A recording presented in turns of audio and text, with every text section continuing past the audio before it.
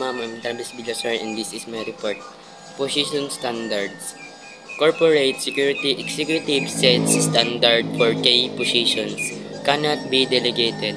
Standards include job functions, reporting relationship, required skills, managerial capabilities, education, training, experience, and personal circumstance. So, ang position standard po is ang security executive maugyod ang mag-set sa qualifications o responsibilidad sa matag kay position. Dili niya pwede ipa-delegate sa uban.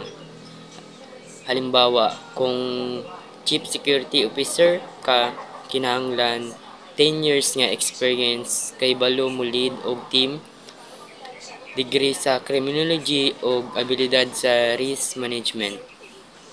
Next po. Hiring. Steps sourcing candidates, ads, referrals, interviewing, shortlisting, background investigation, selection, and job offer preparation. So, ang hiring po is ang proseso sa pagpangita og pagkuha og tawo para sa trabaho. Halimbawa po is nangita og security supervisor ang usa ka kumpanya, nag-post sila og job ad, gi-interview ka ang mga applicants, gipili ang isa o gi-background check o gitagaan og job offer. Next po. Training and professional development. Limited access to advanced security technologies, literature locally. Junior offers must engage in self-research and learn from experienced professionals. Mentorship, understudy. So, ang training and professional development po is dili permi available ang pinakalis nga teknolohiya sa security sa atong nasod. Mao nga ang mga guard kinahanglan magtuon sa ilang kaugalingon o mag-apil sa mga senior nga naay experience. Halimbawa po is ang junior guard nagkat-on unsaon paggamit sa CCTV. Pinaagi sa pagtan-aw og pag-uban sa usa ka senior officer nga naay experience sa paggamit. So, kailangan po is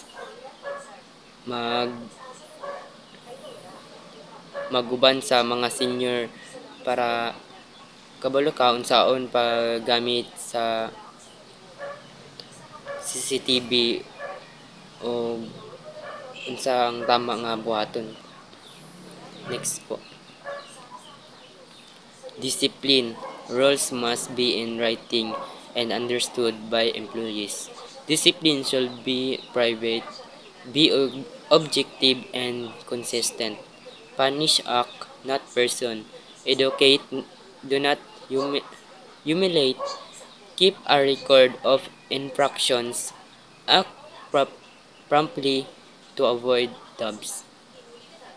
So, ang discipline po is ang disiplina kinahanglan patas o klaro ug buhaton sa saktong paagi aron dili maulaw ang empleyado. Halimbawa po is kung ang guard permi malangan dili siya pa sawayon atubangan sa uban. Ang supervisor mag-istorya niya privately. So, kailangan disiplinahon og tarong ang gwardiya kung magkamali, dili kay pakaulawan. Ipahinumdum sa rules og i-record ang violation like pareha sa atong RTC. Like pareha sa mga RTC po ma'am is ginadisiplin nila og tarong sa mga senior o para makabalo mi unsay tama ug mali para sunod makabalo nami unsay angay buhaton. Next po. Appraisal of results. Regular performance appraisals, annual, semi-annual. Basis for promotions, salary increase, and separations. So, ang appraisal of results po is ang regular nga evaluation sa performance. Makatabang sa pag-decide kung deserving ba ang empleyado sa promotion, increase o separation. Halimbawa, sa semi-annual appraisal, ang guard nga maayo og record og walay absence giatagan og salary increase. And makadawat pod og kanang maayo po ng like bonus kay maayo man iyang pagtrabaho po. Muna na po. Next po. Promotions. Important duty of security executive. Vacancies may be filled by promotion, serving staff based on track recording and potential in higher position. Ang promotion po is kung naay bakante nga position, pwede nga i-promote ang deserving nga staff based sa iyang performance o potential.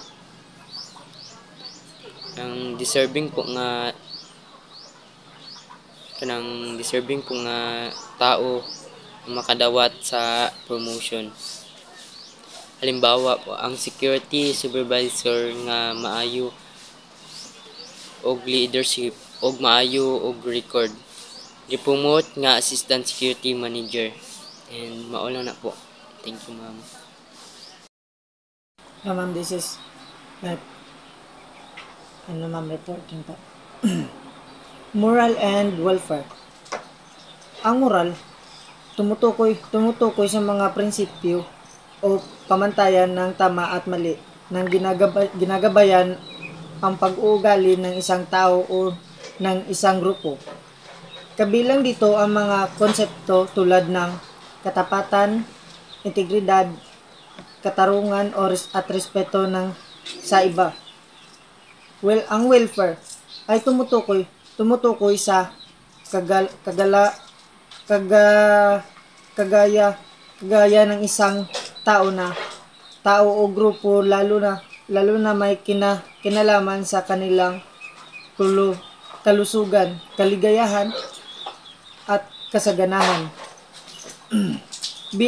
Kabilang dito ang mga pangangailangan tulad ng pagkain, tirahan, edukasyon, at pangangalagang pangkalusugan. Next po ay yung communication. Ang communication ay ang proseso ng pagpapalitan ng impormasyon, idea, kaisipan, damdamin o mensahe. Ito ay maaaring mangyari sa iba't ibang paraan.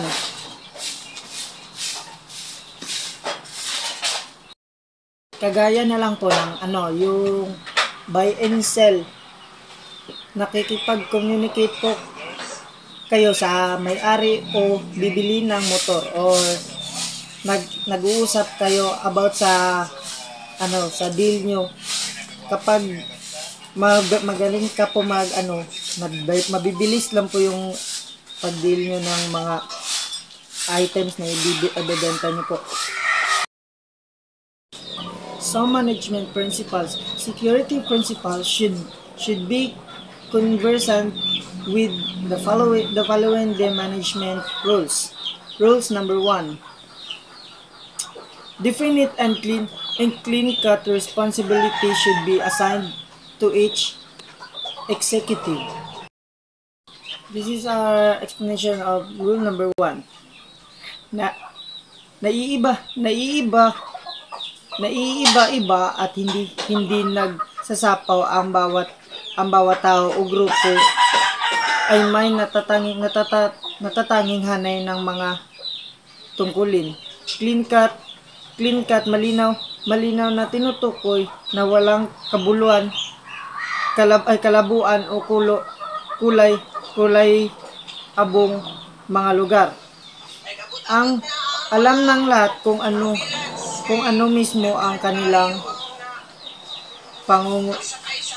pananagutan. Rule number 2. Responsibility should always be complied with corresponding authority.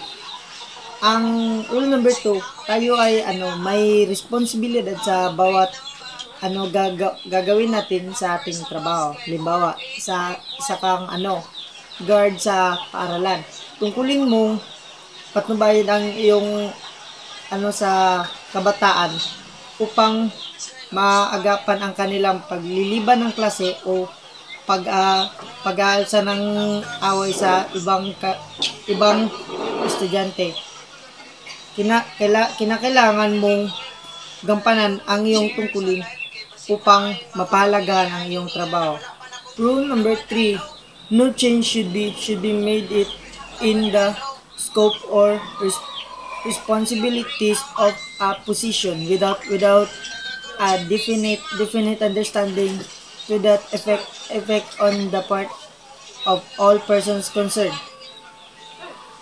Halimbawa, ang pahayag na walang pagbabago dapat gawing saklaw o mga responsibilidad sa isang posisyon na walang ibang pag-unawa sa epekto na iyon sa bahagi ng lahat ng taong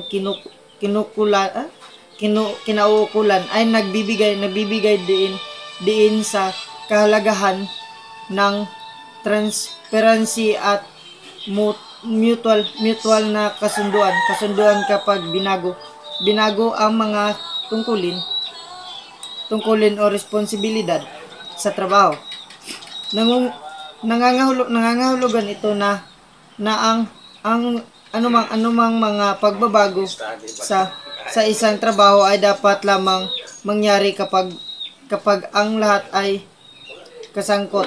Ang empleyado, tanggapan ng empleyado at anumang iba pang nauugnay sa partido ay alam at sumasang-ayon sa mga pagbabago.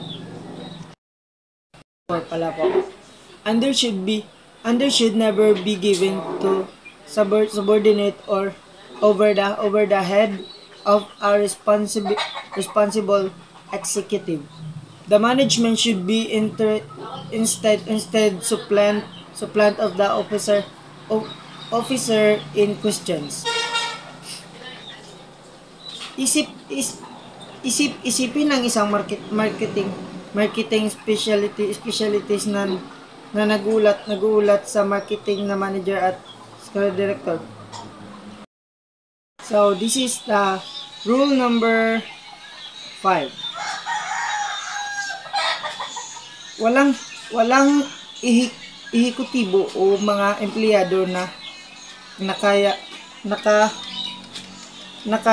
nakayanan ang isang solong posisyon na organisasyon ang dapat simulan mailalim sa tiyak na iba mula sa higit sa isang pinagmulan.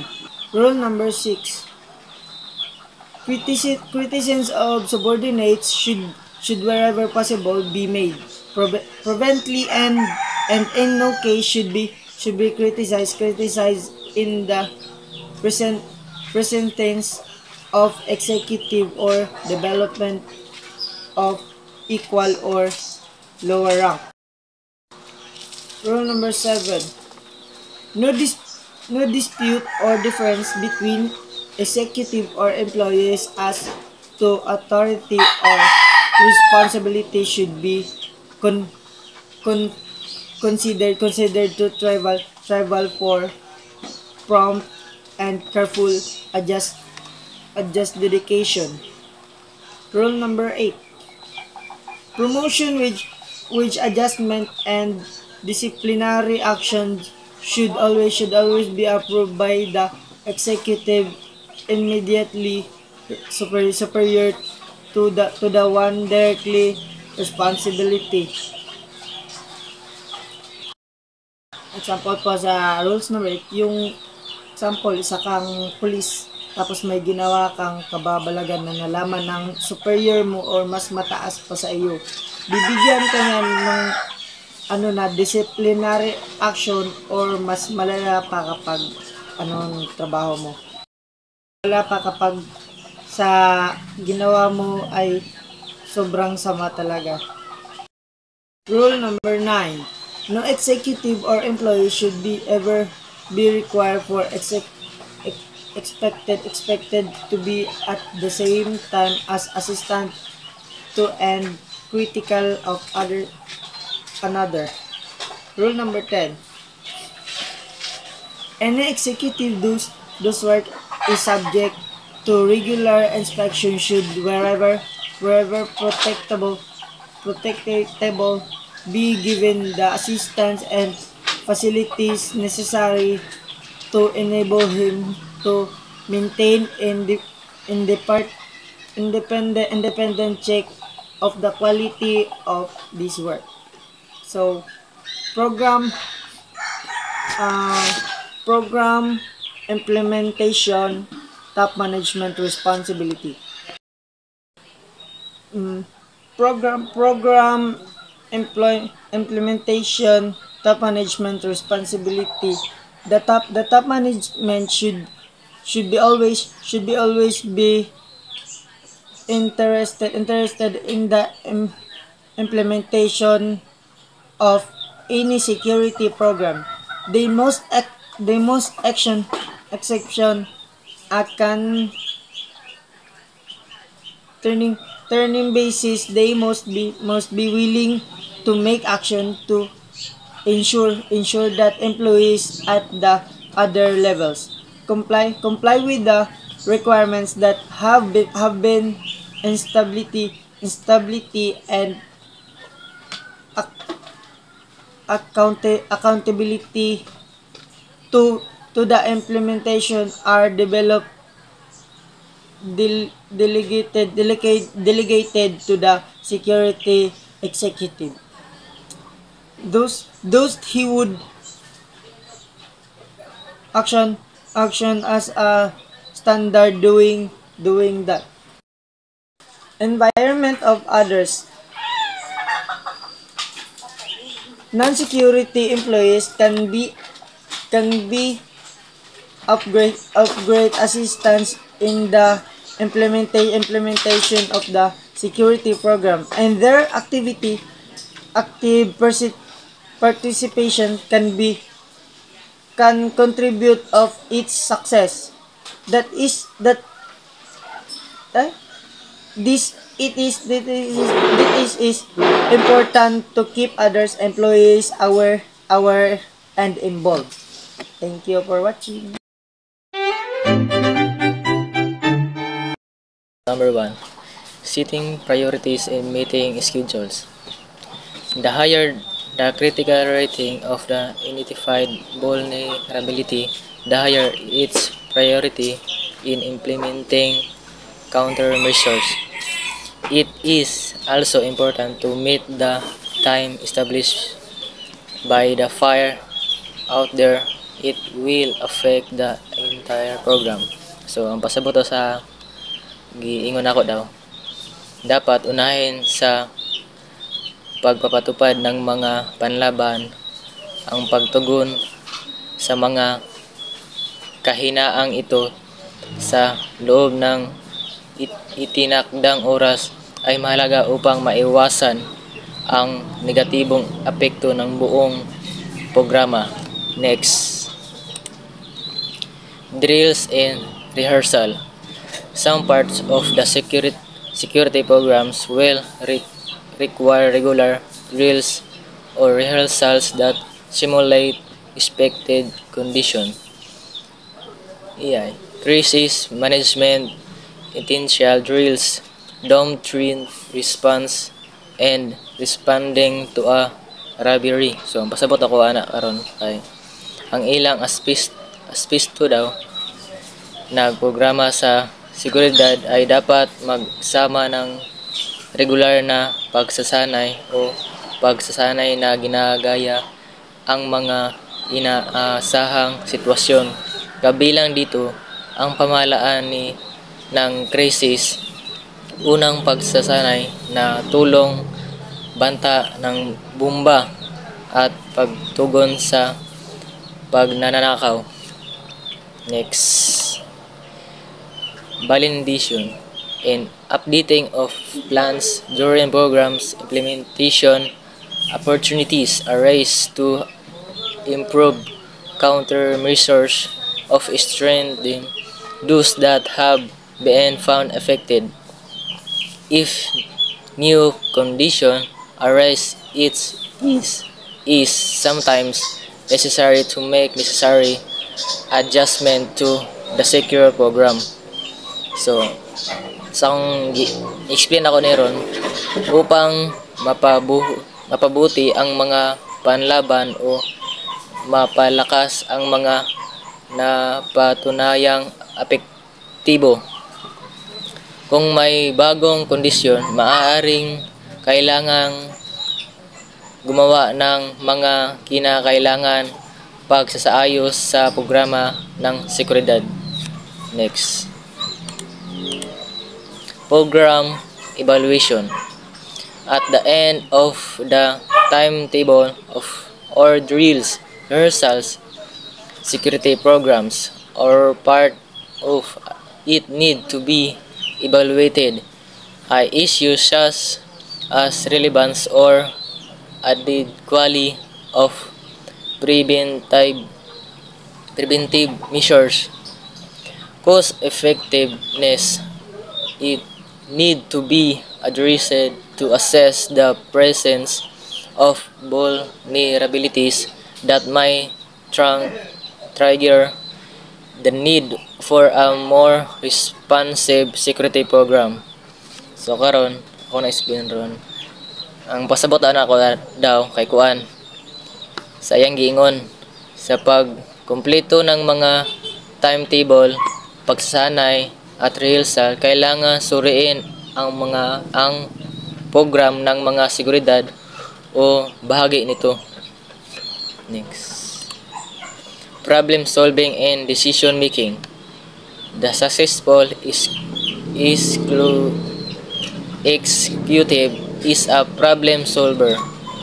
He is able to solve most problems by quickly analyzing the situation against experience. Ang matagumpay na executive ay isang problema solver.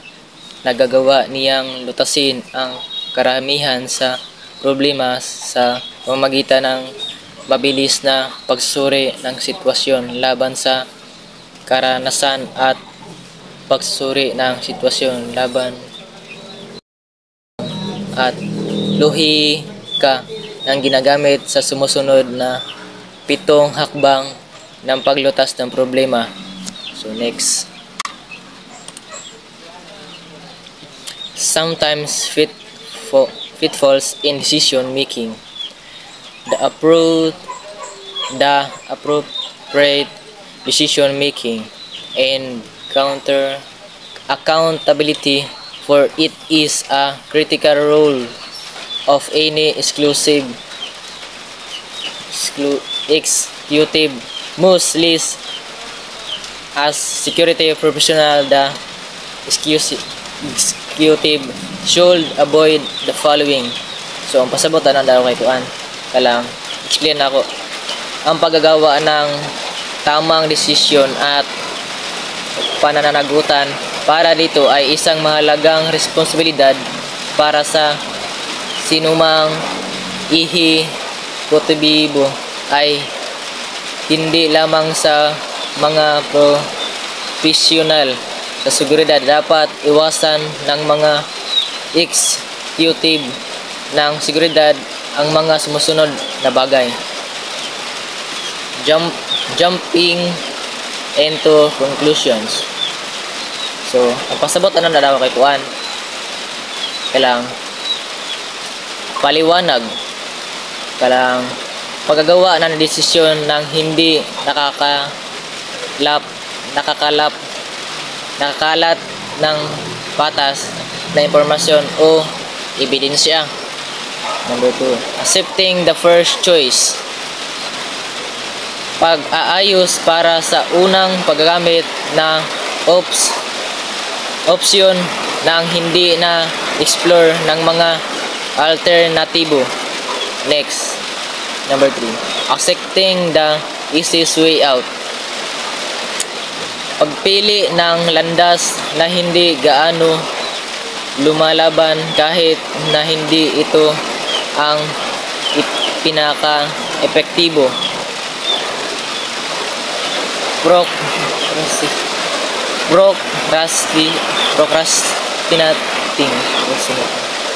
Procrastinating.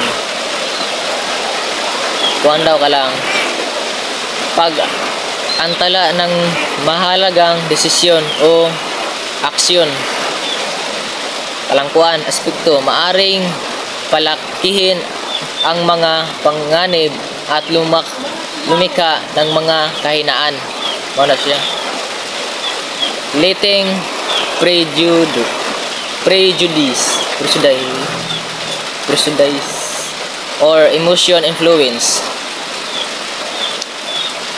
Hinayaan ang mga personal na pagkilig o damdamin sa ulap o paghatol.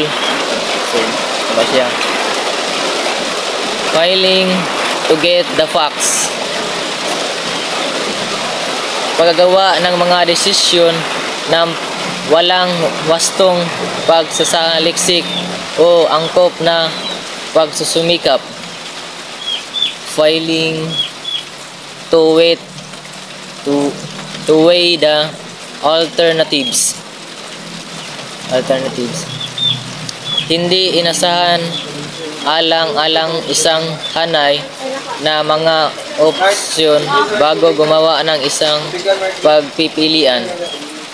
Failing to consider consequence. Tanaw ang mga potensyal na resulta ng isang desisyon. Failing to take risk and assume responsibility. Pag-iwas sa mga kinakailangang panganib o pag-iwas sa pananagutan. Thank you po.